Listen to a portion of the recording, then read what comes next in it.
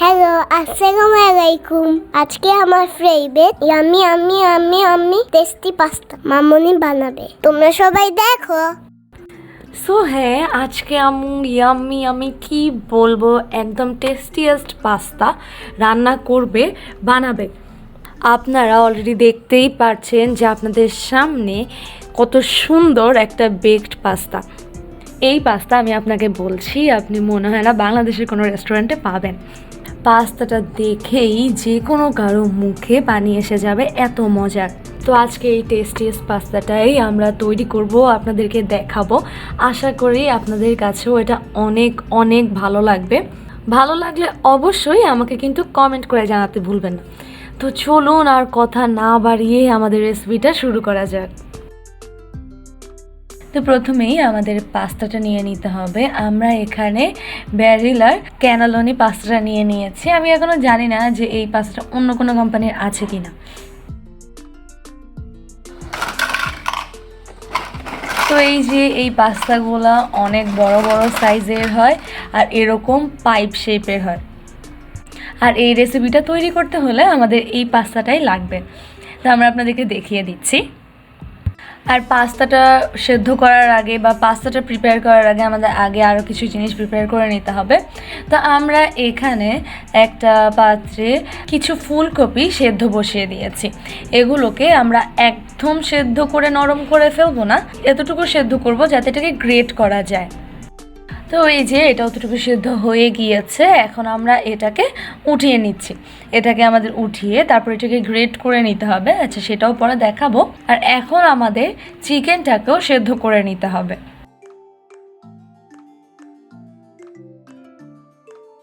তো আমরা এখানে চিকেনের 2টা ব্রেস্ট পিস নিয়ে নিয়েছি, এটা দিয়ে আমাদের পাস্তাটা হয়ে যাবে। তা আমরা এটাকে একই পানিতে সিদ্ধ বসিয়ে দিচ্ছি। আর চিকেনটা সিদ্ধর জন্য চিকেনটার সাথে আমরা লবণ ও সাদা গোলমরিচ গুঁড়ো দিয়ে দিয়েছি।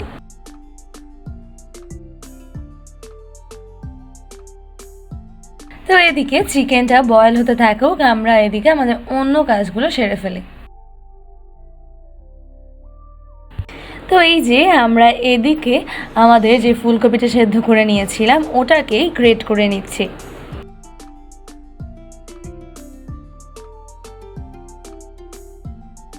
আর এই পাস্তাটা প্রিপেয়ার করার জন্য আমাদের এগুলোকে একটা প্যানের মধ্যে সেট করতে হবে। তো আমি পাস্তাটা রান্না করার আগেই বিভিন্ন প্যানে নিয়ে দেখছিলাম যে কোনটাতে এটা একদম ঠিক করে বসবে বা এই পাস্তাগুলো সম্পূর্ণটা একদম সেট হবে।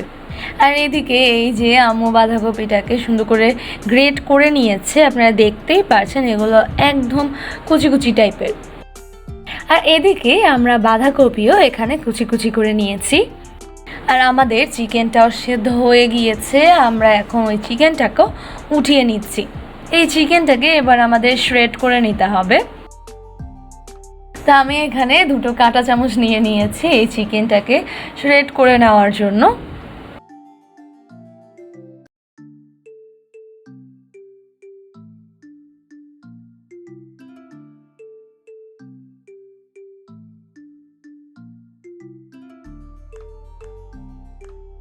তো যেহেতু আমরা পাস্তাটা স্টাফ করব, তো ভিতরের ফিলিংটা আমাদের তৈরি করে নিতে হবে। তো এদিকে আমরা চুলায় একটা পাত্র বসিয়ে তার মধ্যে তেল দিয়ে দিয়েছি। তো তেলটা গরম হয়ে এলে এখন আমরা এতে দিয়ে দিচ্ছি পেঁয়াজটাকে আমরা কিউব কিউব করে চপ করে নিয়েছি। আর সাথে কিছু কাঁচামরিচ কুচিও দিয়ে দিয়েছি। এবার এই পেঁয়াজটাকে আমরা একটু ভেজে নিব।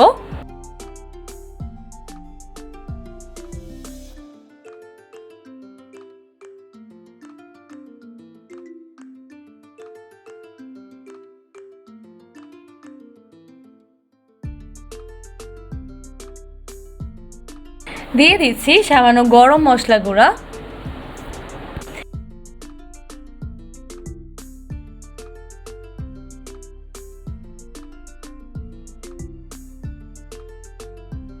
দিয়ে দিয়েছি সামান্য রসুন বাটা।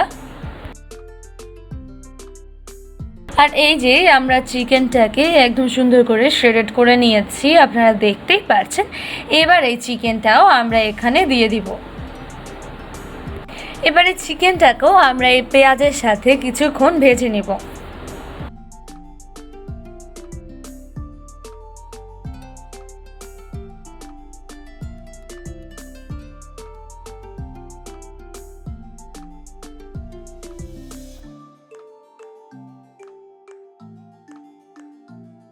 তো চিকেনটাকে বেশ কিছুক্ষণ ধরে একটু ভেজে এখন আমরা এতে অ্যাড করছি সয়া সস।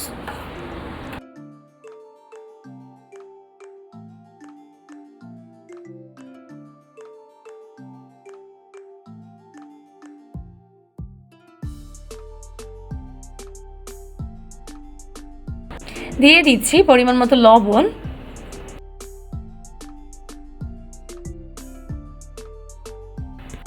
তো কিছুক্ষণ নেড়ে চেড়ে এখন আমরা এতে অ্যাড করছি আমাদের কুচি করে রাখা বাঁধাকপি।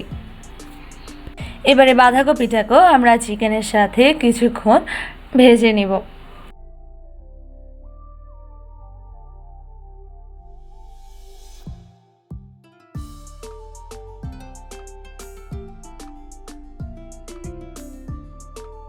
এখন আমরা এতে অ্যাড করছি সাদা গোলমরিচ গুঁড়ো,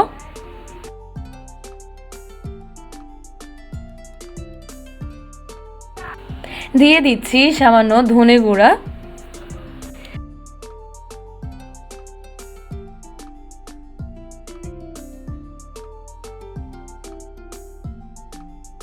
এখন আমরা এতে আমাদের সেদ্ধ করে রাখা গ্রেট করে রাখা ফুলকপিটা অ্যাড করছি। এবারে ফুলকপিটাকেও আমরা আমাদের চিকেনের সাথে একদম নেড়ে চেড়ে বেশ কিছুক্ষণ ধরে ভেজে নিব।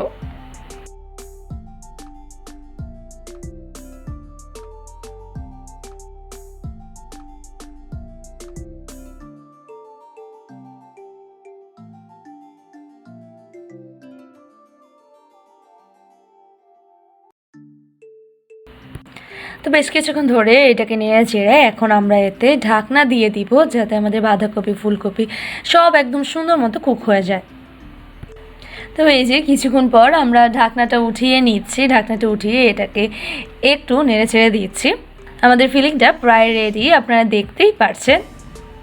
আপনারা চাইলে এখানে আপনাদের পছন্দ মতো ক্যারটস বা অন্য অন্য ভেজিগুলো ব্যবহার করতে পারেন। তো আমাদের এই ফিলিংটা একদম রেডি। এবার আমরা এটাকে একটা বাটির মধ্যে উঠিয়ে নিচ্ছি।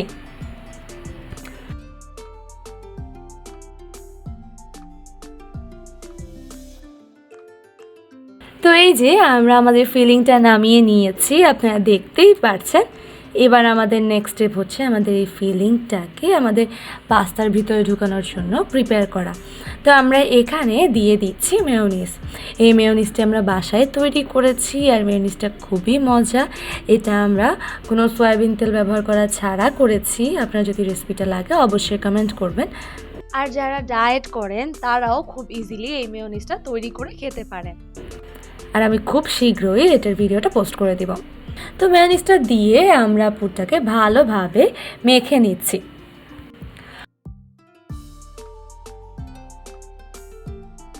আর আমাদের পাস্তাটাও তো সেদ্ধ করতে হবে, তার জন্য আমরা এগুলো যেহেতু অনেক বড় বড় এক একটা পাস্তা, তাই আমরা এগুলোতে প্রথমে একটু তেল ব্রাশ করে নিচ্ছি। এই যে হাতের সাহায্যে আমি তেলটা লাগিয়ে নিচ্ছে এগুলোর উপরে।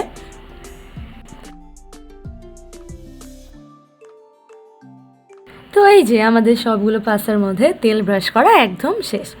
এবার আমরা আমাদের চুলায় একটা প্যান বসিয়ে দিব, তার মধ্যে আমরা পানিও দিয়ে দিয়েছি। এবার এই পানিটা গরম হওয়ার অপেক্ষা, তারপর আমরা এতে আমাদের পাস্তাটা সেদ্ধ করব। তো পানিটা গরম হতে থাকুক, এদিকে আমরা যেই মোল্ডের মধ্যে আমরা আমাদের পাস্তাটা বেক করব সেই মোল্ডটা নিয়ে নিয়েছি। এর মধ্যে আমরা বাটার দিয়ে এবার এই বাটারটা সুন্দর মতো আমাদের মোল্ডের মধ্যে লাগিয়ে নিব। তো আমাদের পানিটারও বলক চলে এসেছে। আমরা এখানে এখন আমাদের পাস্তাটা দিয়ে দিচ্ছি। এই পাস্তাটা বেশিক্ষণ সেদ্ধ করা যাবে না, তাহলে এটা বেশি নরম হয়ে গেলে এটা ভেঙে যাবে। আর বেশি নরম হয়ে গেলে এটার ভিতরে আমরা পুরটা ঢুকাতে পারবো না, এটা চ্যাপ্টা হয়ে যাবে। তার জন্য আমরা এটাকে দিয়ে অল্প কিছুক্ষণ এটাকে সেদ্ধ করব। পাস্তাটা রেখে কোথাও যাওয়া যাবে না। এটাকে আপনারা চেক করে দেখবেন যেটা সেদ্ধ হয়েছে কিনা। এটাকে বেশি নরম করা যাবে না, সেদ্ধ হলে এটাকে চেক করে আপনারা উঠিয়ে নেবেন।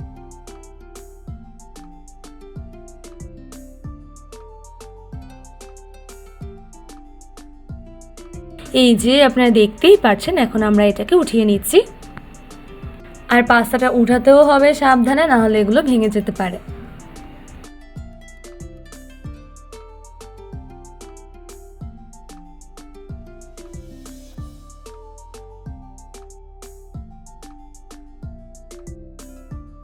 তো এই যে আমাদের পাস্তাটাও সেদ্ধ করা হয়ে গিয়েছে, আপনারা দেখতেই পাচ্ছেন। এবার হচ্ছে এগুলোর ভিতরে আমাদের ফিলিংটা ঢুকানোর পালা। তো এখানে আম্মু আর ভাইয়া মিলে পাস্তার ভেতর এর ফিলিংটা ঢুকিয়ে নিচ্ছিল, আপনারা দেখতেই পাচ্ছেন।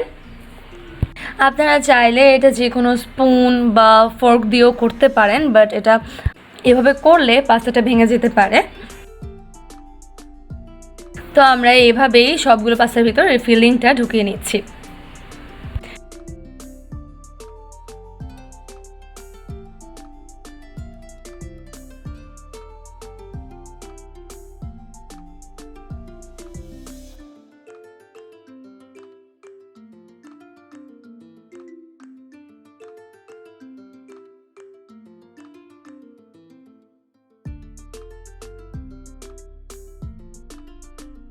তো এই যে আমাদের মোল্ডের মধ্যে পাস্তাটা একদম সেট হয়ে গিয়েছে, আর যেসব ফাঁকা অংশ আছে সেগুলোর মধ্যেও আমরা পাস্তাকে ভেঙে ভেঙে একটু একটু করে দিয়ে এটাও ফিল করে দিব।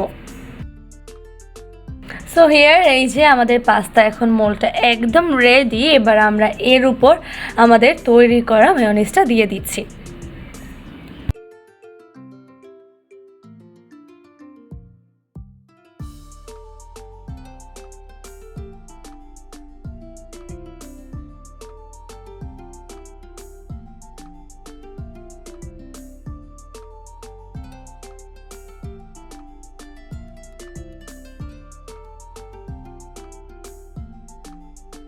মেয়োনিজটা দিয়ে এর উপর আমরা টমেটো সসটাও দিয়ে দিচ্ছি।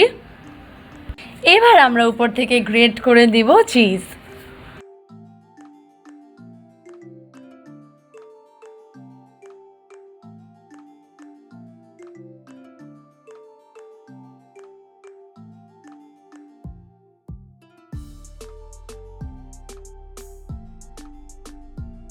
এখন আমরা উপর থেকে দিয়ে দিচ্ছি oregano.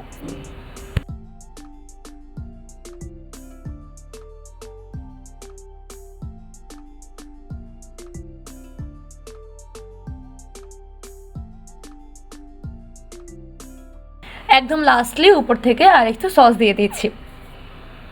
So here our pasta is ready to bake. তো এবার আমরা এটাকে 175 ডিগ্রি সেলসিয়াসে 30 মিনিটসের জন্য বেক করব। এই যে আপনারা দেখতে পাচ্ছেন যে অলরেডি আমাদের চিজটা মেল্ট হয়ে গিয়েছে, এটা দেখতে খুব সুন্দর লাগছে। বাট আমরা এটার কালার আসা পর্যন্ত অপেক্ষা করব। আর একটু কালার আসার পর আর টাইমটা একদম শেষ হওয়ার পর আমরা এটাকে বের করে নিব।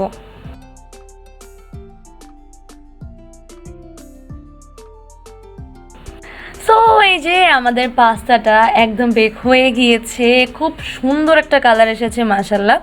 এখন আমরা এটাকে বের করে নিচ্ছি।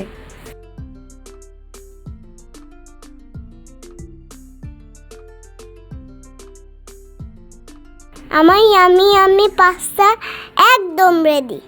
এখন মামুনিটা কাটবে, আমি খাবো। তো হ্যাঁ, মিহিরিমার পাস্তা একদম রেডি। আপনারা দেখতেই পাচ্ছেন যে পাস্তাটা মাশাআল্লাহ কতটা সুন্দর হয়েছে এটা দেখতে, আর এটা খেতে এতটা মজা যা আপনারা একবার ট্রাই করলেই বুঝতে পারবেন। আর এই পাস্তাটা রেস্টুরেন্টের কোনো পাস্তা থেকে মোটেও কম না। আপনারা এটা একবার তৈরি করে দেখুন, রেস্টুরেন্টের সব পাস্তা হার মানিয়ে যাবে। তো আমরা এখন এই পাস্তাটাকে মোল্ড আউট করে নিব। তো এই যে আপনারা দেখতেই পাচ্ছেন যে এটা কত ইজিলি মোল্ড থেকে বেরিয়ে এসেছে, আর এটা দেখতে কতটা সুন্দর হয়েছে। এই পাস্তাটা আপনার উপর থেকে দেখে কনফিউজ হয়ে যাবে যে এটা পিৎজা নাকি পাস্তা। আর বেকড পাস্তাতেও পাস্তা রান্না করা থাকে নর্মালি, আর কিন্তু এই পাস্তাতে প্রত্যেকটা পাস্তার ভিতরে আলাদা আলাদা করে ফিলিং ঢুকানো চিকেনের। সো আপনারা নিশ্চয়ই ভাবতেই পারছেন যেটা কতটা মজা হবে।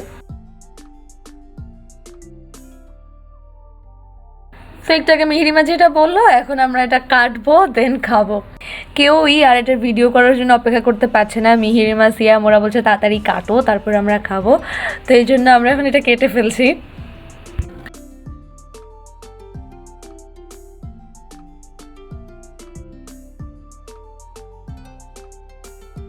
তো এই যে আমরা এটাকে কেটে নিয়েছি, এবার হচ্ছে খাওয়ার পালা। ও মাই গড, এত সুন্দর লাগছে, কোনো রেস্টুরেন্টের একটা ডিশের চেয়ে কোনো দিক থেকে কম লাগছে না। তো আপনাদের কাছে যদি আমার আজকে এই রেসিপি ভালো লাগে অবশ্যই বাসায় ট্রাই করবেন, ইনশাল্লাহ আপনাদের কাছে এটা অনেক অনেক অনেক ভালো লাগবে।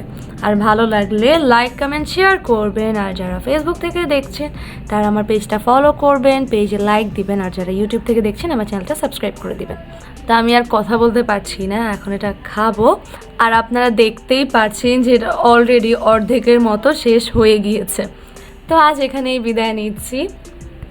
এরকম আরও নতুন নতুন রেসিপি দেখতে আমার চ্যানেলের সাথে থাকুন। ভালো থাকবেন, সুস্থ থাকবেন, আমার সাথে থাকবেন। আসসালামু আলাইকুম।